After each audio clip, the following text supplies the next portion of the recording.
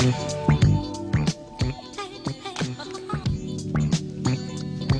guys, we're back, and in a few minutes, we'll have a clip for you from a student that has had enough of his teacher, and yeah, he just really tells her what he wants to say about, her attitude and lack of commitment. Pretty much what happened in the clip or whatever, the guy, he gets into it with his teacher. Pretty much for whatever reason, you go right into the actual incident that is occurring, and they're going back and forth and they're sharing words. And he tells her or whatever, basically she needs to teach and not just direct or whatever. She has to be what she is, and that's a teacher. It takes a little bit more than just telling somebody what to do. It's pretty much what the whole clip is about. But it's very interesting. It happened actually about a year ago. And it was a kid, I think he was from Duncanville. He was a white kid.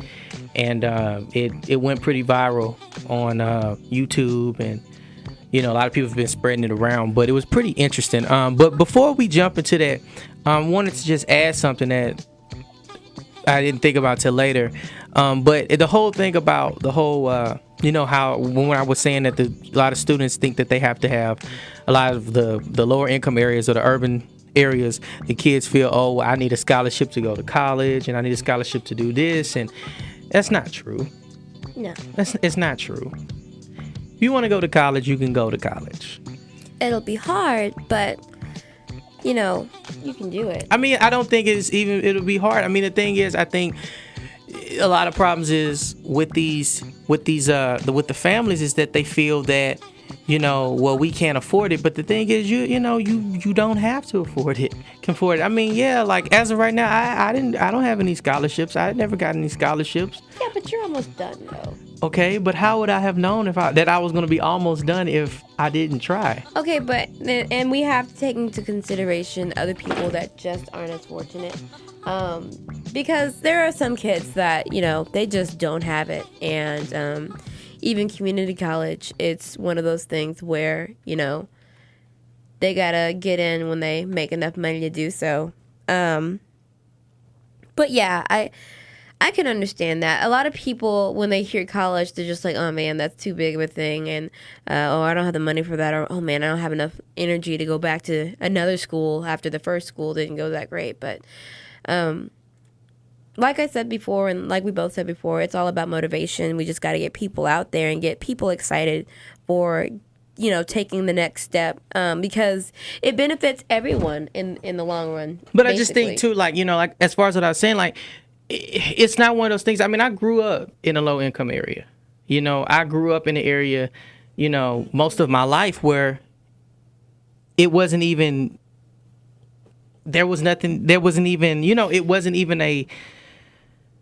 was either you was going to go to work or that's it. You know what I mean? But for myself, I made it to where I wanted to be out there. I wanted to, do something to make something better of myself. And in the beginning, yeah, I didn't know. And the thing is what's funny is that I started off with the intent to go to school, and I had a setback. And for a second, in a way, I did kind of give up, but I fixed it up. And yeah, I'm graduating late from college, but the point is that I'm still finishing. So I'm just trying to make people realize that there is hope out there. You just have to go for it. And a lot of people right now, when it comes to that too, while we're on this topic, I'm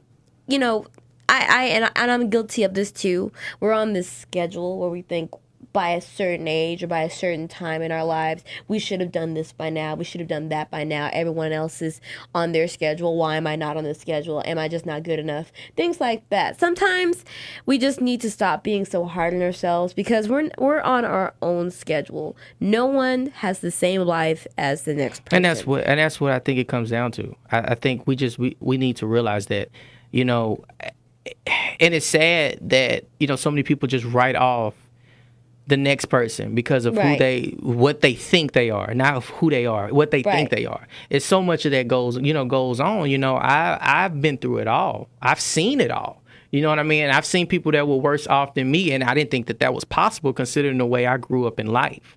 You know what I mean? But I've seen people with their struggles, with their addictions, and, losing their kids. And, I've seen it all. I've seen people get gunned down. I've seen murders. I've seen, I've had friends, and then they're dead now, so I've seen it. But the point is, you have to find something that motivates you in life, But I think that comes from, we have to have these backbones in these children's lives. Somewhere they have to exist. And you have to start with them teachers. Because a lot of them parents in those areas, they don't care. They just don't. You know what I mean? They don't care. And there's a lot of times where we have that situation where the parents do care. They just don't know how to express it. Some parents have a better way of showing their children or better communication with their children than others, because everyone's communication with their children is different. Not one way is going to be more effective than the other for the next family. That's just it. It's just not. But, there are some parents that want to know how to help, but they don't. And during that time period where they're trying to learn what to do, it's still good to have someone out there to have that positive reinforcement, because even for both of them, it could be good. Like the kid could be seeing someone else, like the teacher or the tutor or something like that. They show, good works in that example from just whatever positive example they're getting from there, they can bring it back to their parents and be like, hey, I like doing this. This really helps me get motivated. Can we start doing this? Can you start working with me like this? Just the communication. I mean, there are some parents that just honestly don't care, and there's just some parents that just think they're doing the right thing, and they're just not. Like, there's a lot of people that just don't feel like they can.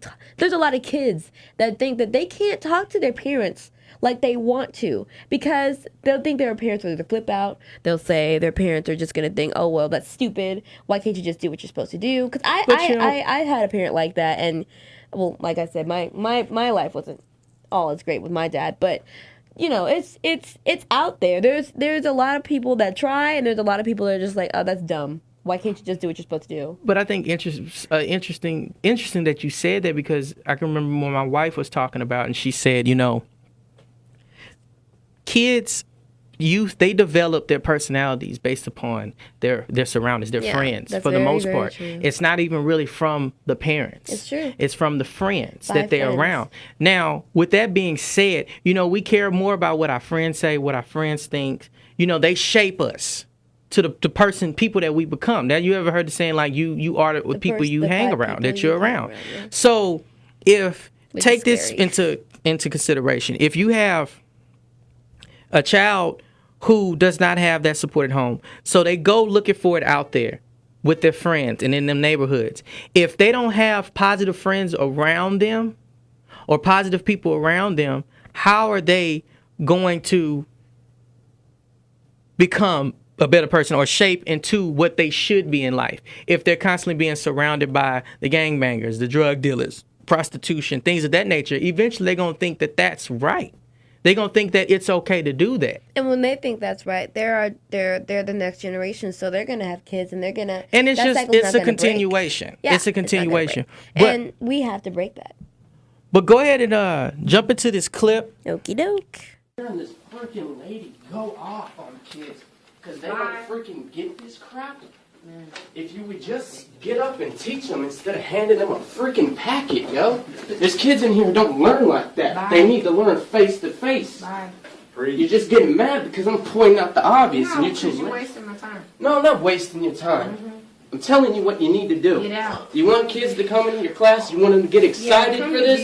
You got to come in here. You got to make them excited. You want a kid to change and start doing better? You got to touch his freaking heart. Can't expect a kid to change if all you do is just tell him. You gotta take this job serious. This is the future of this nation. And when you come in here, like you did last time, and make a statement about, oh, this is my paycheck, indeed it is. But this is my country's future and my education. I respect that. Can you go outside, please? But there's a limit. But simply making an observation. Okay. And now I will leave. You're welcome. Good, bye. And if you would like, I'll teach you a little more so you can actually learn how to teach a freaking class.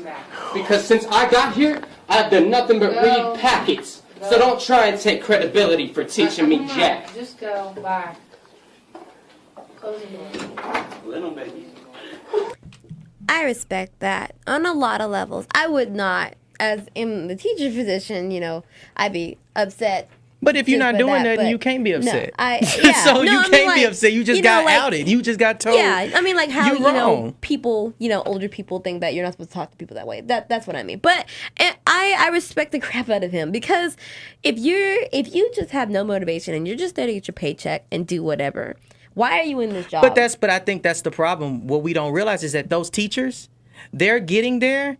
Basically these systems, they have to have some teachers to teach. And what it comes down to is like, okay, we got to have teachers Right. to teach. Period. They can be the worst teachers in the world. The point is, we have teachers. That's all we need is some teachers. So you're bringing in these low class, sorry teachers who are just there just to basically hand you a piece of paper and say, do it. If you don't do it, you're going to fail. They're not there to go above and beyond. They're just there to make sure that they take roll and hand out the paper. That's what they're there for. That's it. So if you're bringing in these low quality low quality teachers, they're not receiving high education as the rest of the students in the area. Well, I mean, what do you think is going to happen? Yeah. So the problem that we have here, I don't think that it's necessarily they can't bring those good teachers. And first of all, I think those good teachers don't want to work in those schools. That's first of all, because they're low income. There's a danger there. There's a risk if there's a lot of gang violence in the area or whatever. I don't think those teachers the good teachers wants to associate themselves with that. With that type of system. I don't think they want to be around with that. And I think that it's sad. I think it's very sad. Then I think it's wrong that you can't. The teachers that you do get is you get the bottom of the barrel teachers who are just there for a paycheck. That's not fair. There's no quality of education going on. There's nothing. There's nothing there. But the thing is, we're letting this continue to go on. And you're always going to hear that excuse about, how the school system is just not getting paid what it's supposed to, so we got to pay the low income teachers. But if you're here, a teacher should love what they're doing. Yes, you can't be a teacher. That's why you I have don't to believe that love what excuse. you're doing. Right. You have to love it. You cannot. I'm sorry. You can't be a teacher and not love your job. That's impossible. And you're more than just a teacher. Yeah. People. I'm not paid to be a social worker. I'm not paid. You are more than a teacher. You're more than what you realize. For some of them kids, you are. That's it. That's all they have is you. When they come home, mama passed out from drinking and doing drugs all day. Daddy's not there. Daddy left them a long time ago. So when they go home, you are their outlet. And the other thing is like, like you said before, we are the people that we hang out with, and that is saying is like the 5 people that we're around, we're supposed to have their personality. They gonna get it from somebody. The thing I find funny is that kids, if we think about it, spend more time at school than they do with their parents. So that means that if they don't have that figure of one of those 5 people being a positive teacher or a positive staff member, they're not going to get it from their friends if their friends are doing stupid stuff, because their parents, they don't have time to do it, or like even if they had time to do it, we don't see them as much as we could, especially if that parent has to work too and things like that, And even if you have a great parent at home, that's cool. That's fine. They could be your influence too. But it never hurts to have 2. It never hurts to be able to have encouragement at home and encouragement at school. But not everybody has that. No, I'm just saying it can go both ways. But what I'm saying is you have to have at least encouragement Somewhere. at one place. It can either be at home, it could be at school, or both. You have to have one or the other, and I really feel like it has to be the school. Well, the problem I see, I'm just gonna say it. I think that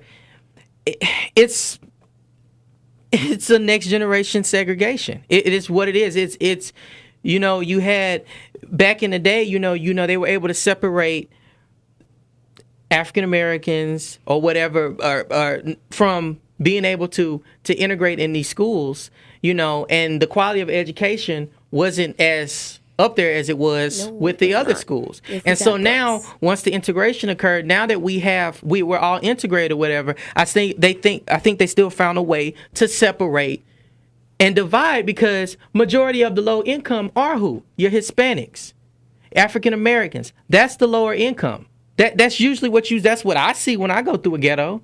I don't know about anybody else, but when I go through the hood, that's all I see. I mean, I see my dabbles and, specks of, white here and there, whatever. But for the most part, the ghettos that I done seen is full of blacks and Mexicans. That's just how it is. I mean, that's just the reality of it. That's blunt. That's just being real. The upper class, middle class, what I normally see is what? I just But that's real. That's keeping it 100. And I think I find it kind of crazy. You have one school, you have a class of that's getting, you got kids sharing books, and you got Right. kids in the science room sharing one microscope. You know what I mean? But in these upper class areas, they have all the high tech stuff and all the great things that is contributing and helping them in learning. But in those lower incomes, what we get? Football facilities, workout facility. We get the stuff that just goes back to them preaching. You can't make it unless you know how to run with a football in your hand, or you know how to dribble a basketball. And there's so many of those kids who that's as far as their mind stretches. That's it. They can't go no further than that. You ask a kid, sat down and talked with my little brother. And my little brother, he would tell me, he'd say, for the longest he wanted to be a basketball player.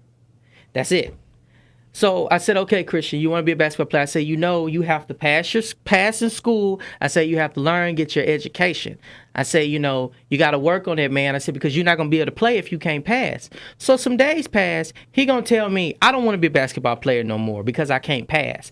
I said, well, Christian, they're going to teach you how to pass the ball and all that. I'm thinking he's talking about basketball. Like passing a basketball. I was like, they'll teach you how to be a team player and all that. He's like, no, I can't pass my class. I don't think I can pass my classes, so I'd rather not do that. that doesn't make sense. But you see what but I'm saying? No, that's how kids. I know it very well. Think. That's how a lot of kids think. It is, and I know it very well, and it's gotten to that point where you just have to wonder, why exactly aren't we doing anything about it? Like, I don't know what makes this acceptable. But it's the thing. I think it goes back to we turn around. It doesn't affect that certain group of people. It does not affect them. Like It's a small group of people if you think about it. But I'm saying that's a small group. But if you're saying why don't no one do anything about it? It doesn't affect them. No, I know. We go on, it doesn't affect them. It's interesting to me because when I say, why do we accept this? To accept something means that you're comfortable with it. But so we it's are. a both way thing, which is why very I'm comfortable. wondering why. Of course, they're going to be comfortable It's been if you're going the on for high end 40 people. years, 50, 60 But years. why We're are we comfortable as the minority? What made us comfortable to this? And that's another problem. That? That's another problem. I went back home to my neighborhood, and like I was telling, me and my wife, we stopped at one of my favorite restaurants out there, and I'm just like, look, I was like, and they're so satisfied. They're just satisfied like this. And she was like, well, what do you mean? I say, I used to get up to go to school, and I would see these same people on this same corner. And then I say, when I get home from school, those same people will be on that same corner. When I go home, go in there, do my homework, leave to go get a snack to go to the corner store, those same people are on that same corner. And I'm like, it's so repetitive. You'd think you would get tired of that every single day. I was like, do these people have homes? Do they? I just start asking the question. And it's sad because I think, I'm going to, get on us as well. We allow ourselves to be like this. Which is why we settle. We settle. Yeah. And that's the problem. We settle for less. When it's something we come across that we think we can't do, notice I said think, we give up on it instantly. Yeah. Well, I can't do that. And just give up. That's not... We've came through too much. We've came through too much, from slavery to segregation. We have conquered so many things for for us to just give up so easy on things that is as simple as opening up the book and reading it. You know what I mean? Like, we've came too far, and I think we just give up too easy. I think that's a big problem. It's funny you say that, because that reminds me of the saying that when I was younger, this is what my uncle actually would have said, that if you give a black person a book and say, or this is his thing, if you give a black person a book and say there's $100 in the book, they're going to skim through the book to find the $100. It's the only way to actually get them to actually skim the book and kind of try to read it. And there's truth. There's so much truth to that. I just think that as a whole, we're all about getting paid fast. That's what a lot of us think. But that's how a lot of us grew up. That's a hustler's mentality. We was raised like that. A lot of us, black folks are natural born hustlers. It's in us. You're raised like that. Even the movies promote that. You know what I mean? The books promote that. The TV shows promote that. It's whenever you see it associated, when it's a black show or some type of association with African Americans, there's some form of hustle in there. It is, because that's how we grow up. You know what I mean? So yeah, we live a fast-paced life. We do. We really do. We really, you know what really I mean? do. But like I say, when I say we're natural born hustlers, that goes to even like our education when we're learning. Because right now, I'm just gonna tell you right now, I'm trying to hurry and get out of school so I can make this money. But you see what my mentality is. I want to get my education so I can make this money. But there's so many of them brothers and sisters on the street saying, I need to sell this to make this money. You see what I mean? Mm-hmm. But we're all hustlers. We're all hustlers. But check this stat out. There's a stat I want you to hear. And this was back in 2013, but it said every year 1.3 million students drop out of high school in the United States. More than half are students of color, and most are low income. Low income students fail to graduate at 5 times the rate of middle income families and 6 times that of high income youth. I mean, it's one of those things where I feel like we're kicking our own self in the butt, just in general. And it's frustrating because I've always been a person where I can't stand the thought of someone looking down on me. Like, I'm not prideful in the sense. I just don't want... I hate the thought of someone looking down on me like I'm not worthy, because everyone is worthy of something. No one deserves... No one deserves to be told that they're not worthy of something. Everyone has their opportunities. Everyone has their chances. Everyone has something big going for them. Everyone has that one thing that makes them special. And for someone else to come and say, or to just push me down and say anything different, that's just attacking me. Just attacking in general. And it seems like nowadays we're attacking ourselves because we're letting this mentality take a huge chunk of us. And we're looking... We don't want to talk about it. We don't want to do anything about it. We don't want to get up. We don't want to go out and try to change it. It's going to take this generation and the next few generations to stand up and fix this. And with the ways things are going, they're not going to want to either. And they're the only chance that we have. And that's frustrating because we're not trying to help them. So how can they help themselves if they don't even know? I don't know. I'm just frustrated with the entire thing. That's what it all comes down to. It's a generation problem. We have to teach one another. We have to, we need to spread that knowledge to the next person. I mean, you look now, all those folks that fought, stood up and were brave, they're gone, or they're leaving. They're fixing to leave. So it is our job. It really is our job to spread that. But we have to have some point to where we can actually build on that. And I just don't see where the foundation has the foundation that was set is slowly being crumbled because all those people are leaving. They're gone. You know what I mean? So we just got to just work on that. I feel, it's going to be an uphill battle, but we got to work towards getting there. But we're gonna go ahead. We're gonna take a quick break. And when we get back, we have Clown of the Week coming up. We have Clown of the Week coming up, and we actually have birthdays, celebrity birthdays. So y'all stick around. It's UTA Radio.